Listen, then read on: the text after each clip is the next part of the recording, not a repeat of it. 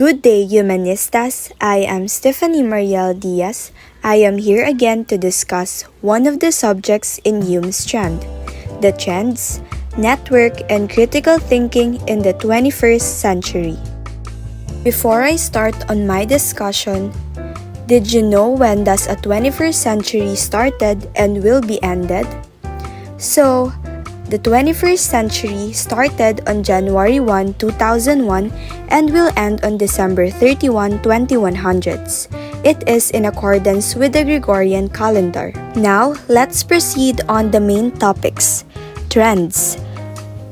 When we talk about trends in networking, we are talking about new ways of doing things or behavioral patterns that significantly influence our society. These trends may appear in a variety of fields such as social media, music, fashion, and technology.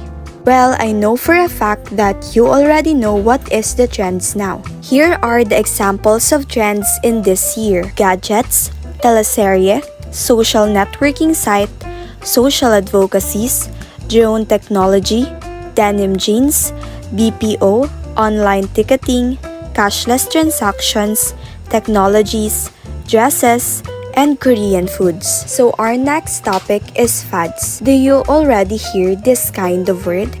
Fads is an opposite of a trend because fad is something that is popular for just a short period of time, an intense but short-lived fashion. Trends is for a long period of time, while fads is just for a short period of time. Here are the examples of fads: a hula hoop, Candy Crush application, kalye-serye, bucket challenge, fidget spinner, Gangnam Style, yo-yo, virtual pets, loom bands, hoverboards, Pokemon Go, and Pogs. This picture shows a network. As you can see, it is composed of two or more gadgets that are linked in order to share resources. In simple explanation, a network is a type of a relation that connects certain groups of individuals, occasions, or items. Local networks is an interconnected process, deals with mind, and a linking of thoughts. There is a connection, communication, and a relationship. So, a local networks are networks which is restricted to a small area. For example, it is restricted to a geographical area in a building, school, or in a laboratory. This picture is quite similar on the picture of a network, but the difference was there are people inside the part of a globe. That picture shows a globalization. A globalization is a phrase that has been used to describe many nations coming together for a political, economic, and equality in education. Bringing the nations together believes that they are a part of the natural world instead of rather than a distinct nation. So it changes the way nations, businesses, and people interact. For example, a country submitting to an international law and a person adopting a foreign language. Next is global networks. It is any communication network that spans the entire Earth. It can also refer to a network like the Internet that is made up of several interconnected networks that span an infinite amount of geography. Our last two topics are the two types of thinking. The first one is the analytical thinking.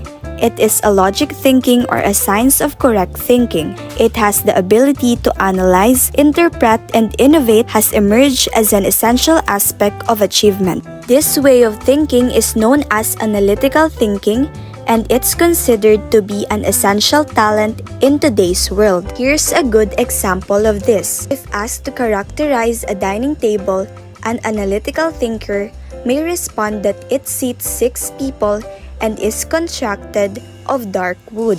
The second one is the intuitive thinking.